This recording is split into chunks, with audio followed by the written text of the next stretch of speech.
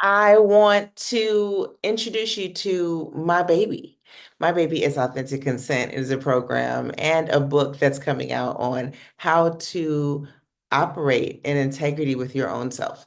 And so there are some principles of authentic consent that I want you to know, and I want you to see where they come up with for you throughout this weekend. So the first one is that authentic consent, which is a training program, a way of life, a facilitator practice. It is trauma aware. And so we are moving into this space this weekend under these same principles. And I want you to know that all of the instructors that are here have an understanding that we are all living in these bodies, having experienced some trauma. This does not mean everything has to be complex trauma, but all of us have experienced some trauma, even if it was just the first time that we left our amniotic sac, which I guarantee you was the most traumatic experience probably in your whole life. Like you have this warm, yummy belly that you're living in. All your needs are being met all the time. There's no reason to cry. Sometimes you want to stretch out a little bit, but that's about all you do as a fetus. And then one day the water breaks and leaks out, and you have to figure out how to get some oxygen pretty soon. Um, that process is jarring. And that is what trauma looks like. It's not always some big boogeyman. It's not always some major accident. It's not always some big physical harm. Sometimes it is just the human experience can be traumatic. We come out the womb, we move through this small vaginal canal, or some doctor cuts us out and takes us away from the only thing we've ever known. And now we have to navigate our first abandonment wound and see how that is tended to. And that may be tended to in a myriad of ways for a lot of us. We might have all had different experiences. Some of us may remember them, most of us won't. But that period of time, I remember my little sister was born really early and had to go from that to an incubator for weeks. She didn't come home. That type of experience has placed a base level of trauma in her life. My experience based a base level of trauma in my life as well. And so this is not always speaking to someone that has experienced some major trauma that they're still reconciling. This is just to let you know that we know that all of us are navigating some type of trauma in the world. That's just the reality of where we're at. And so, with knowing that, we are moving through this practice at a pace that allows all of us, regardless of where we come from, regardless of the level of trauma that we've experienced, to take it in, to process, and to be with it. We also understand that may mean that some people need more resources than others, and we're prepared to support that in whatever ways we can. The second is that this is erotically embodied, right? And so, what this means to me is this whole practice relies on us being somatically intelligent. Like, do you know your body? And so, we'll be working on understanding some somatic principles, learning how to listen and make sense of our bodies, and learning what that means for us in our erotic self. That's a big chunk of my work, and that's going to be really alive here all weekend, no matter what we're talking about. The third principle is that this is radically responsible, which, as I mentioned in the opening, like this is about you taking accountability for yourself and the way that you're showing up in your work, the way that you're showing up in your play, the way that you're showing up in love. All of that is on you. You cannot control anything. All the rest is out of your control. This is all you have really domain over. And so this is about understanding that, acknowledging that, and living that as your truth as well. The fourth one is that it's culturally conscious. Like I understand that as a Black girl from Chicago, that my cultural identity really impacts my ability to connect with my own body. And also it impacts my voice. It impacts how I address things. I have a tendency to be a little snappy at times, and I know that. And so I'm learning to recognize that as a part of the culture that I grew up in, to be safe, to be protected, to be unfuckwittable, and that might not be always what I need. in other spaces. I also recognize that some people do not have access to other spaces and they don't know that yet. To be culturally conscious means that I'm taking into account that all of us are seeing the world through different lenses and all of us are experiencing the world based on the lens that we're looking at it with. And so I want to hold space for all the different ways, whether religion shows up, sexuality shows up, what household structure, neighborhood reality, socioeconomic, all of those things, race, gender are going to be present in this room in this weekend. And so this process, that's one of the big principles that we have here, making space for our autonomy, creating a space that says it's safe to exist, and to also maintain your own sense of belonging, not needing to abandon yourself to actually be in this work. Principle 5 is that this is clearly communicated. We spend a lot of time on communication. You're going to learn some new communication tools and strategies this weekend. You'll be refreshed on some that may be familiar for you. But being able to communicate our needs, our wants, our yeses, and our nos is the fundamental root of this whole weekend, right? Sixth principle is that this is ongoing and negotiable. Consent always ongoing and negotiable. There never will be a point where your yes is the end of the story or your no is the end of the story.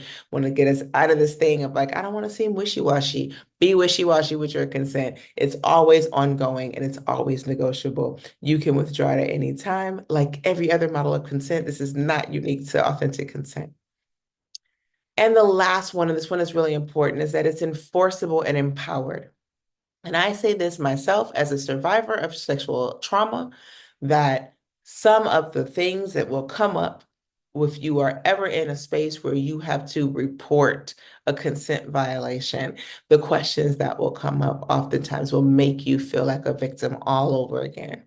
And so it's one of the components of this work is giving you the tools so that if you ever need to report a consent violation at any level, you can be very clear on what your participation was.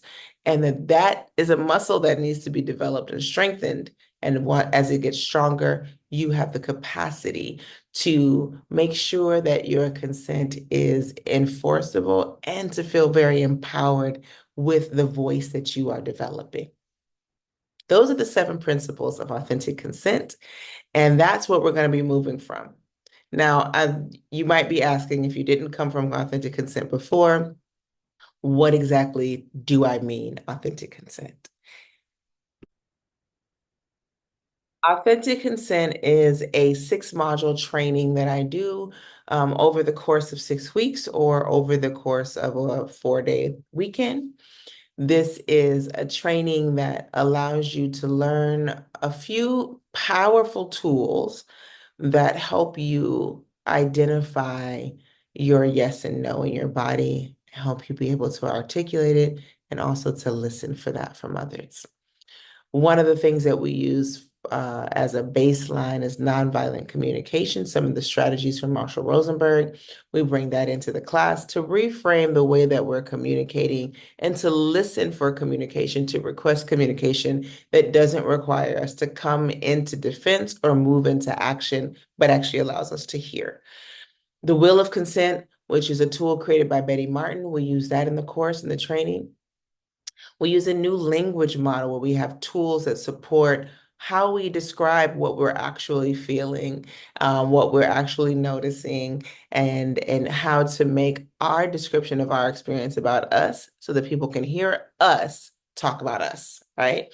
And I'll explain a little bit more about what that means later, but that's what we're looking at. We also use a tool that I've used called Boundaries and Standards, and it's a way to understand boundaries as space. I use the same kind of understanding of boundaries when Prentice Hemphill said that boundaries are the distance at which you and I can love each other simultaneously. Then I'm looking at boundaries as a space. I'm using that idea of boundaries not being a thing, not being a list of rules, but actually distance. How much space is there? And how do I determine that? We use a standards calculator, basically, and I'm going to introduce you to that tool. And then we have practices and rituals because none of this is real until you get into practice. It's all theory till you get punched in the mouth, right, Mike Tyson? So we're going to actually be in a process where we are practicing things on a regular basis. We're calling into our community, our friends, our lovers to practice things, to role play, to say what we want to say in in a role-playing situation so that we can actually feel what we're avoiding by not saying what needs to be said. Um, we bring in some rituals that support us as well to support us in getting to know our bodies a little better and to support us in being in space where we belong. And so those are some things that are the tools that we use in authentic consent. And when you put all those together over time, what you do is you start to develop yourself. You start to unlearn some of the strategies that you've had to use to get your needs met that may not have been as productive or useful. And then we use that information and that skill set to start carving out new pathways in our lives so that we can get what we want, so that we can be in the spaces that feel good for us, so that we can move towards our pleasure and move towards our ecstatic liberation. Now, one of the things my teacher, Shola Orewa, Carolyn Shola Orewa, who wrote Opening the Spirit, said to me is that we know more about our bodies. I'm sorry, she said we know more about our cars than we do our bodies. And we don't know that much about cars. And I lived for that and I still live for it. I say it all the time. It's been one of my favorite lessons of hers. I am a body worker, so I was trained in the external body for a long time. Learning the spiritual body, the emotional body, has been a part of a much longer and much later in life process. Understanding the autonomic nervous system is really necessary for this work. It doesn't mean you have to become an expert in the autonomic nervous system, but you do have to have a general understanding beyond fight and flight. So we're going to spend some time with a little bit of an ANS refresher for this course or for this weekend. Um, Also learning your sensational body, right? That body that lives beneath the skin a little bit. So just getting to know that sometimes we're a little more familiar with our edges, some of us. And so it's a little intense to kind of dive in and get to know the innards, if you will, the depth of the body, the spiritual and emotional body, which live energetically beneath the skin. And so I really want us to spend some time making sure that you understand that and that you're familiar with it as a process and that helps frame your healing for this in consent and in boundaries. And so I want to encourage you for to move through a gentle self-inquiry throughout the course. I want you to stop, pause, and just check in. When you feel activated, especially if someone says something that you're like, I want to respond right now. That's not how I feel. That's not how it's been for me. Just take a deep breath and notice what sensations you're feeling in your body at the moment. Just have a regular check-in over the next 4 days. Notice what parts of your body are feeling tense, that feel tight, or maybe even relaxed in that moment. Just pay attention before you speak, before you go to type, before you raise your hand. Um, Notice what sensations you notice in your breath, in your skin, in your muscles, even down into your bones if you can. See what you notice in your organs. What's happening with your heart and your lungs and your stomach and your kidneys? They're here the whole time talking to you. What do you notice about them? What happens with your head, your face, your jaw, your neck? What happens with your extremities, your hands and your feet? Have they gone cold or warm? Just notice what's happening and then respond. And let that be the practice that leads you through the weekend, that guides you through the weekend, so that it can be familiar and hopefully guide you a little bit more in life.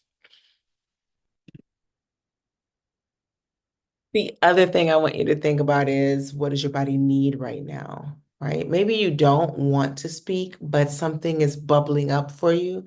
And just have another gentle inquiry into your body if that happens. Just ask what your body needs. Like it's that simple of a question. What do you need right now? Sometimes we neglect that most basic question. What do I need right now? Am I hungry? Am I thirsty? Am I tired? There's a solution for these things, right? But you got to name it. You got to name the need. And sometimes those needs are emotional. And so you can name that too. Maybe there's a friend that you can call, or a way that you can lay, or a kiss or a hug that you can get from someone. What are your emotional needs right now? And how do you meet your body's needs? So as things come up, let that be alive as well. Not just the emotion, but actually learning to tend to and be with the emotion. Doesn't just mean sit there and stare at the emotion. It's just, do you need anything right now? Because emotions are information. They're one of my favorite teachers. And if I learn to listen and learn from my emotions, then I actually get to show up in my full humanity. And I want that for you. I want this weekend to drive you closer to your own humanness. And our relationship with our emotions is really how we get there.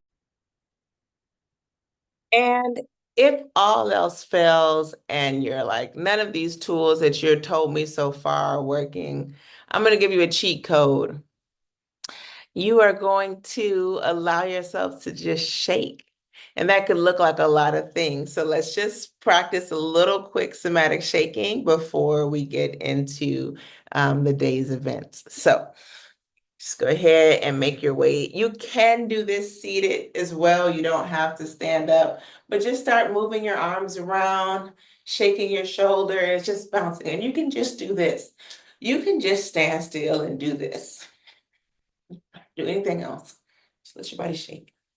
Wrist, hands, arms, shoulders. I'm just moving from here. And I can feel it in my heels. I can feel it in my tits. You can hear it because it's bouncing. It's changing my voice. There's a little lift from the ground up too. And you can bounce on your heels. You can bend your knees. You can shake your head, no. You can shake it, yes. You can just let it bounce around.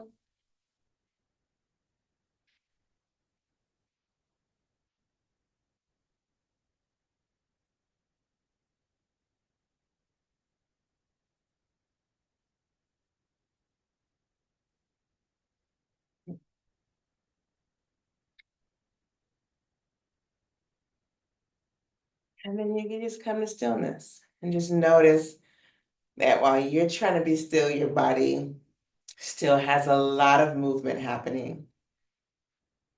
This kind of reminds us that when we get shaken up and we start calming down, we notice how much of us feel the tingle in your arms and your hands and your feet, how much of you that has to come back with you.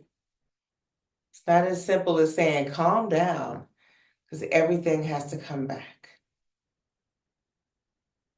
And just feel that aliveness, that movement that's still happening in the body.